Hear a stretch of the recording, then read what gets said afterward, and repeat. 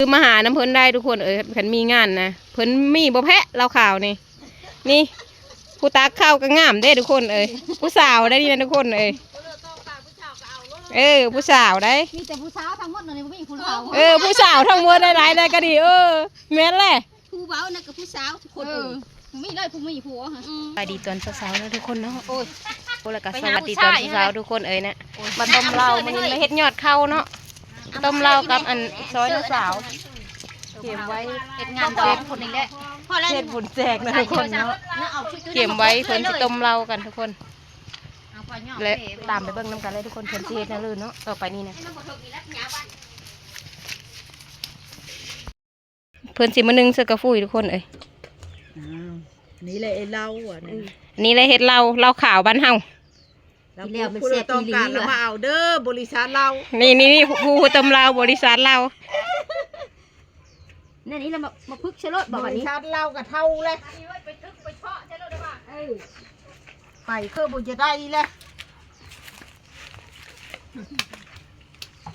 เราต้มเราปูนธรรมดาเด้อวันนี้เป็นเรานั่นเด้อเราข่าวมาข้าวขาวต้มบ่แม่นเราข่าวมันคงได้เราข่าวมันกูแค่นนี่นะ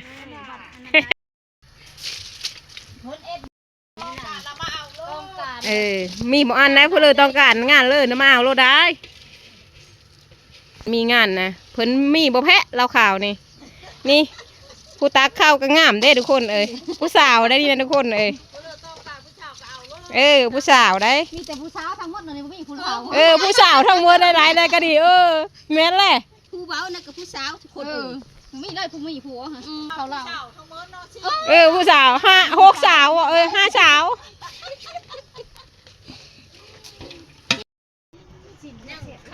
ทุกคน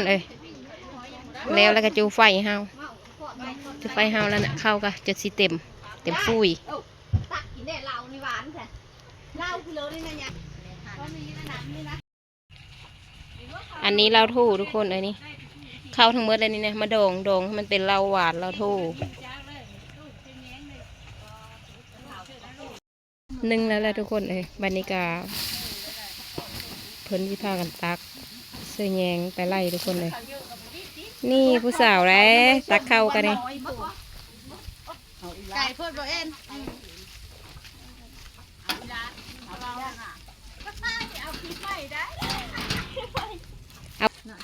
บ่มันไล่สบายเอาซ้ำนั่นแหละจนไม่ได้เฮ็ดกาหลายมันนะ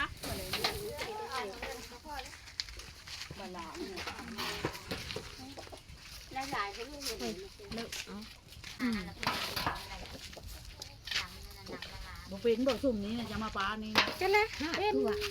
เอาหาบ่สั่งจักหน่อยกับไปไล่ทุกคนเลยตามไปเบิ่งเลยทุกคนเพิ่นสิพาไปทั้งเลยนะไปนำไปบัดนี้หัวหน้าพาไปหัวหน้าพาไปเลยตามนั้นที่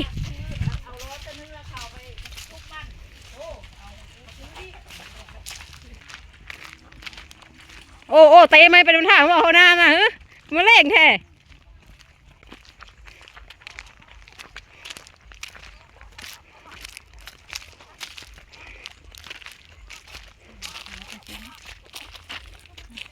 ไล่น้ำนาทีคือนี่มาก้านแทนเกล็ดนะไปห้างไล่น้ำเพื่อมันจานทุกคนไล่น้ำเพื่อมันจานจะเห็นโอ้ท่าไล่เพื่อนธรรมดาได้โอ้แอลดีเนาะ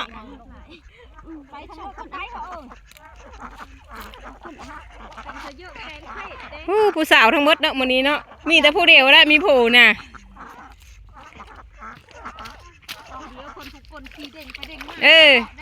แอลดีผู้นี่แหละบ่ผู้สาวก็มู่บ่ใส่ผู้สาวผู้เดียวก็ยักษ์น่ะ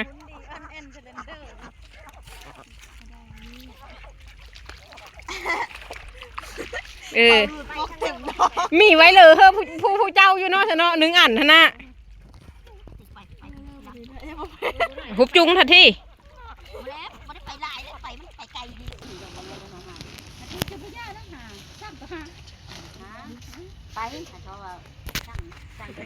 ส่งกัน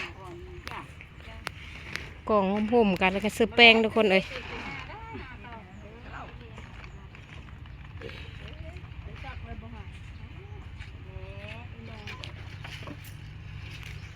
เป็นนี่แหละเขาจะเห็นพวกเขาสั่งให้เขาเอามามันจะบ่สั่งจ้าชื่อก็บ่สั่งเขาอย่าเพิ่มอย่าจะเอานะ จับพี่เลยเอฟโตนะคอยเยตากอยู่ พี่เด้อ จ้ะจัก เขาจุดที เออ มันเขาบอกเขาเอ็ดก็หันแหละเขาบ่ได้ไฟไหม้เนี่ยแต่เป็นเขาเอ็ดมากนั่นแหละเนาะ จะโชว์แต่ว่ามีตัวเองมันดี จะสู้แล้วอยู่พุ่นเราก็ต้มอยู่บ่สหอม ต้มตลอดเราวันแรกเขามาเอาเชฟเบอร์เตอร์มาเอาคืนนี้ส่งตุก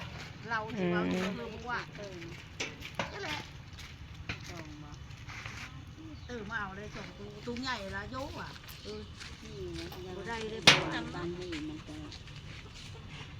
คันไอ้ดองอยู่บ้านมันเนี่ยคือมันฮอดของ ถ้าล่นถ้าแป้งมาเฮากันทุกคนเลยคือแป้งเฮากันกับข้าวเนาะ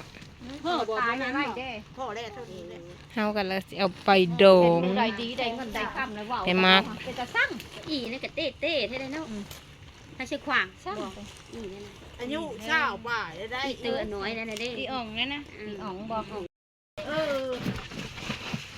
แล้วทุกคนโดงไว้นี่ก็ประมาณ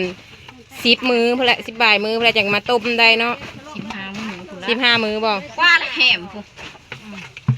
เดือน3แหมพุ่น มาฮอดนี้ก็ขอจบคลิปเพียงเท่านี้นะทุกคนเนาะสบายดีแล้วก็สวัสดีพบกันในคลิปต่อๆไปเนาะพ่อแม่พี่น้องหมดทุกคนเนาะ